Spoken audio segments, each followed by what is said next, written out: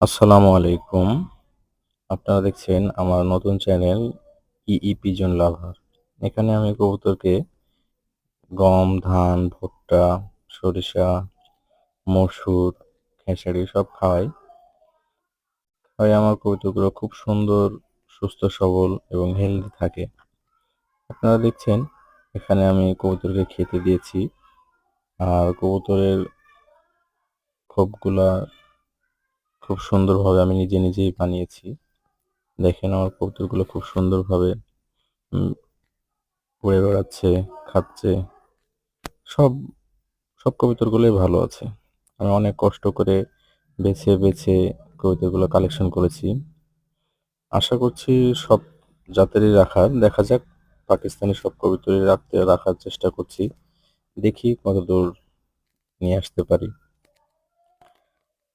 দেখেন এখানে একটা কালদম নর এদিকে তাড়া করছিল। খুব সুন্দর লাগে যখন কবুতরগুলা ডাকাডাকি করে ঘুরে বেড়ায় আশেপাশে। এটা কবুতরের ডিম দিয়েছে।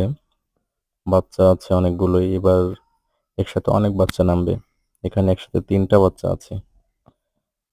৩টা বাচ্চাই খাওয়াচ্ছে খুব সুন্দরভাবে। এটা কামাগারের বাচ্চা। এটা একটা চোহা আর একটা কামাগার।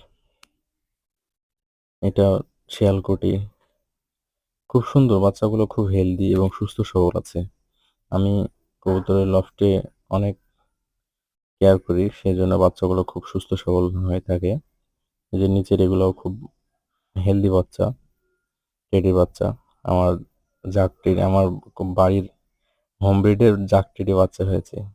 ওই যে দেখা যাচ্ছে জাক টেডি, ব্ল্যাক টেডি বলে। খুব সুন্দর ব্ল্যাক টেডিটা আমার বাড়ির হোম ব্রিড। আপনারা আস্তে সবগুলোই দেখবেন এবং সবাই কমেন্টে জানাবেন কবুতরগুলো আসলে কেমন।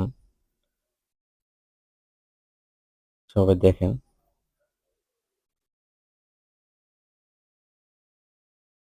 করবেন যাতে সবগুলাই খুব ভালো থাকে। সবাই আমার জন্য দোয়া করবেন, আমার কবুতরের জন্য দোয়া করবেন যাতে আমার কবুতরগুলো সবাই সুস্থ সবল এবং হেলদি থাকে। আর সামনে আমি কবুতরের লবটি ছাদে নিয়ে যাব।